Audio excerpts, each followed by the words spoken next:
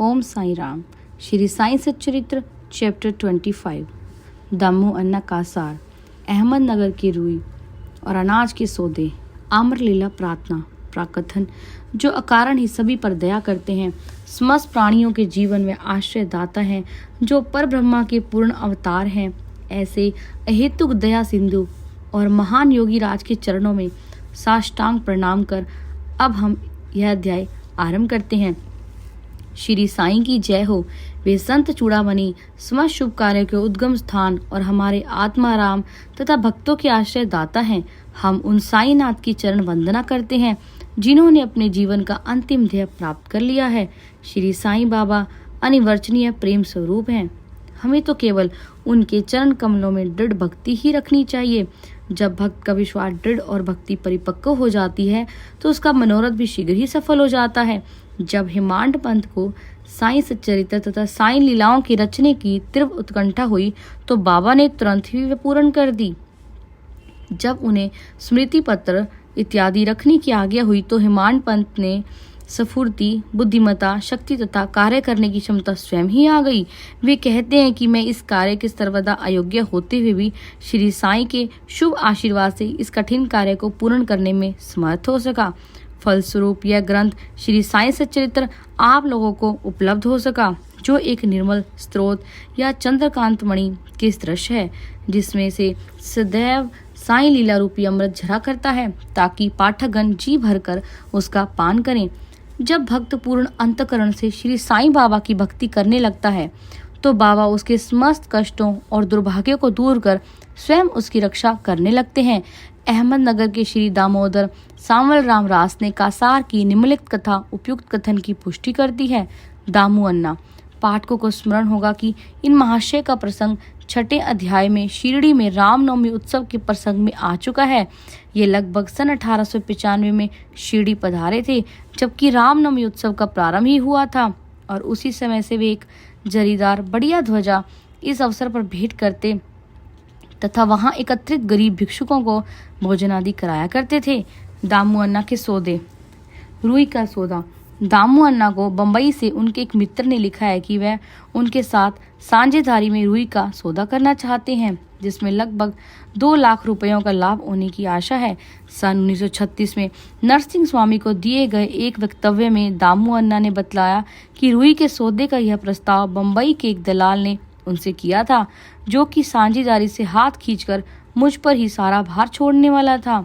भक्तों के अनुभव भाग 11 पृष्ठ 75 के अनुसार दलाल ने लिखा था कि धंधा अति उत्तम है और हानि की कोई आशंका नहीं है। ऐसे स्वर्णिम अवसर को हाथ से नहीं खोना चाहिए। दामू अन्ना के मन में नाना प्रकार के संकल्प विकल्प उठ रहे थे, परंतु स्वयं कोई निर्णय करने का साहस वे न कर सके। उन्होंने इस विषय में कुछ विचार तो अवश्य किया, परंतु बाबा के भक्त होने के कारण पूर्ण विवरण सहित एक पत्र श्यामा को दूसरे ही दिन मिल गया, जिसे दोपहर के समय मस्जिद में जाकर उन्होंने बाबा के समक्ष रख दिया। श्यामा से बाबा ने पत्र के संबंध में पूछताछ की। उत्तर में श्यामा ने कहा कि अहमदनगर के दामू अन्ना कासार आपसे कुछ आज्ञा प्राप्त करने की प्रार्थना कर रहे हैं। बाबा ने पूछा कि वह इस पत्र में क्या लिख रहा है और उसने क्या योजना बनाई है। मुझे तो ऐसा प्रतीत होता है कि वह आकाश को छूना चाहता है।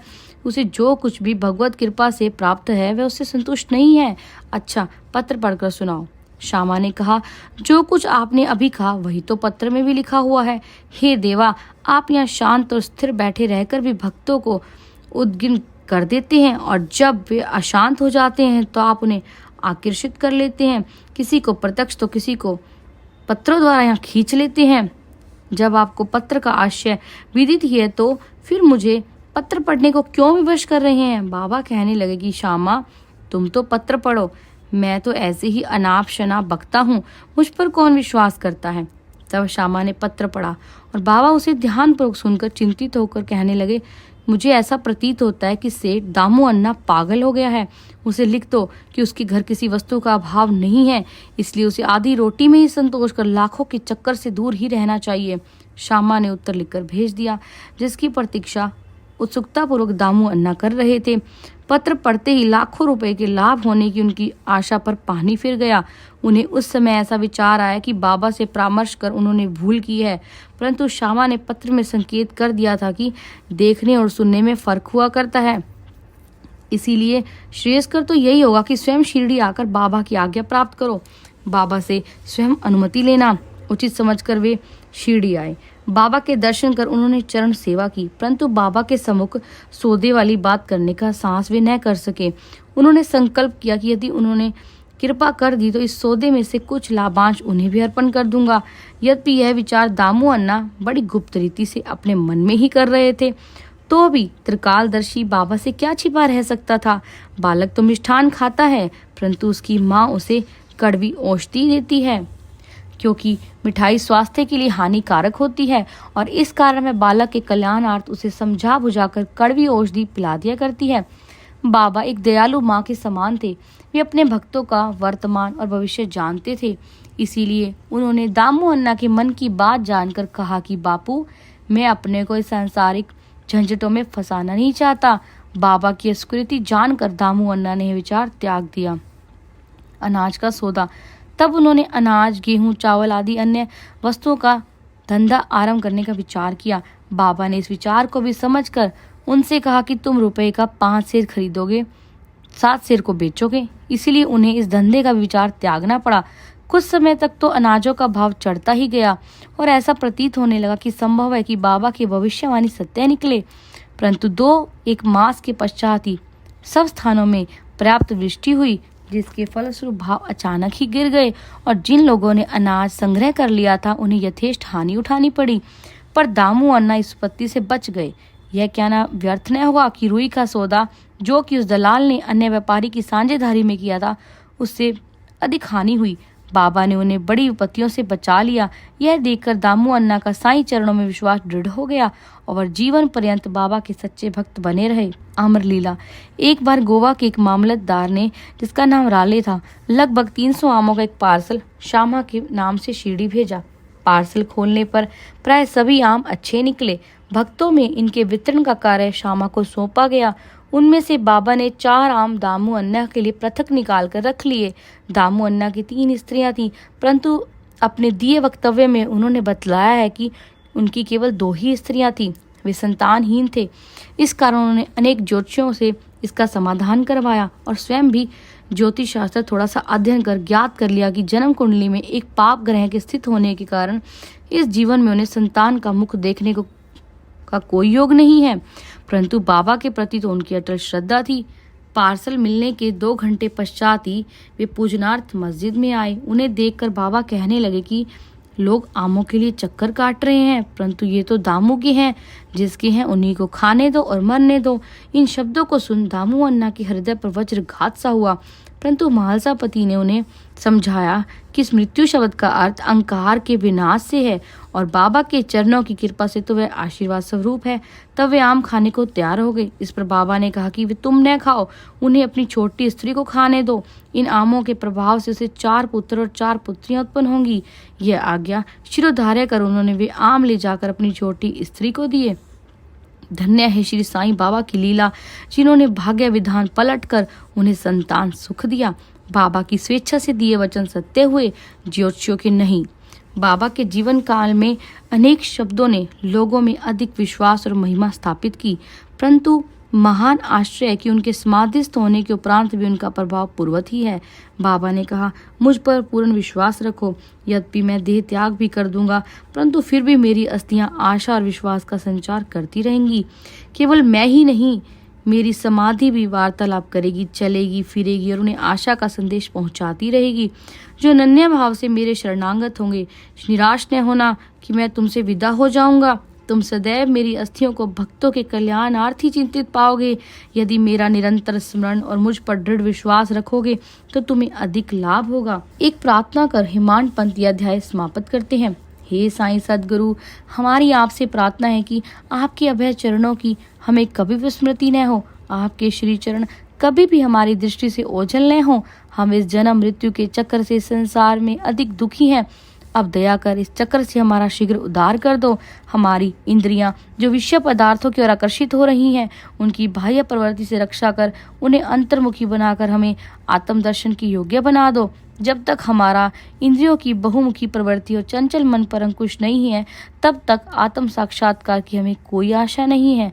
हमारे पुत्र और मित्र कोई भी अंत में हमारे काम नहीं आएंगे। हे साईं, हमारे तो एकमात्र तुम ही हो जो हमें मोक्ष और अनंत प्रदान करोगे। हे प्रभु, हमारी तर्क वितर्क तथा अन्य कुप्रवृत्तियों को नष्ट कर दो। हमारी जीवा सदैव तुम्हारे नाम स्मरण का सवाल लेती रहे।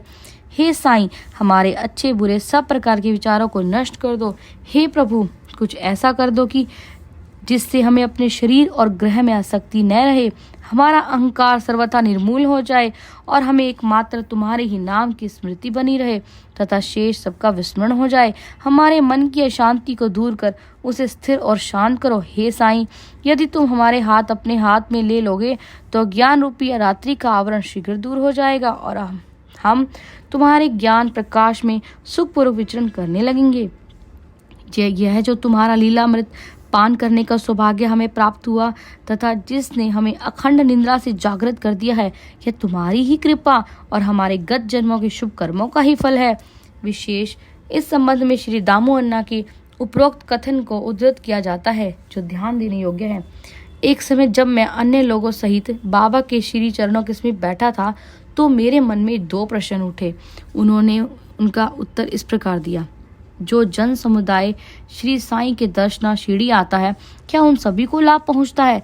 इसका उन्होंने उत्तर दिया कि बोर लगे आम वृक्ष की ओर देखो। यदि सब बोर फल बन जाएं तो आमों की गणना भी न हो सकेगी। परंतु क्या ऐसा होता है? बहुत से बोर झरकर गिर जाते हैं। कुछ फले और बड़े भी तो आंधी के झकोरों से गिरकर नष्ट हो जाते हैं और उनमें से कुछ शेष रह जाते हैं। दूसरा प्रश्न मेरे स्वयं के विषय में था। यदि बाबा ने निर्वाण ले लिया तो मैं बिल्कुल ही निराश्रित हो जाऊंगा, तब मेरा क्या होगा? इसका बाबा ने उत्तर दिया कि जब और जहां भी तुम मेरा स्मरण करोगे, मैं तुम्हारे साथ ही रहूंगा। इन वचनों को उन्होंने सन 1918 के पूर्व भी निभाया और सन 1918 के पश्चात आज भी निभा रहे हैं। वे अभी भी मेरे साथ रहकर मेरा पथ प्रदर्शन कर रहे हैं। यह घटना लगभग 1910-11 की है। उसी समय मेरा भाई मुझसे पृथक हुआ और मेरी बहन की मृत्यु हो गई। मेरे घर में चोरी हुई और पुलिस जांच पड़ताल कर रही थी। इन्हीं सभी घटनाओं ने मुझे पागल सा बना दिया था। मेरी बहन का स्वर्गवास होने के कारण मेरे दुख का पारावार न रहा और जब मैं बाबा की शरण गया तो उन्होंने अपने मधुर उपदेशों से मुझे सांत्वना देकर अप्पा कुलकर्णी के घर पूरन पोली खिलाई तथा मेरे मस्तक पर चंदन लगाया। जब मेरे घर चोरी हुई और मेरी एक 30 वर्षीय मित्र ने मेरी स्त्री के गहनों का संदूक, जिसमें मंगलसूत्र, नथ आदि थे, चुरा लिया, तब मैंने बाबा के चित्र के समक्ष रुदन किया और उसके दूसरे ही दिन वह व्यक्ति स्वयं गहनों का संदूक मुझे लौटाकर क्षमा प्रार्थना करने लगा। श्री सद्गुरु साईनाथ अर्पणमस्तु। शुभम भवतु।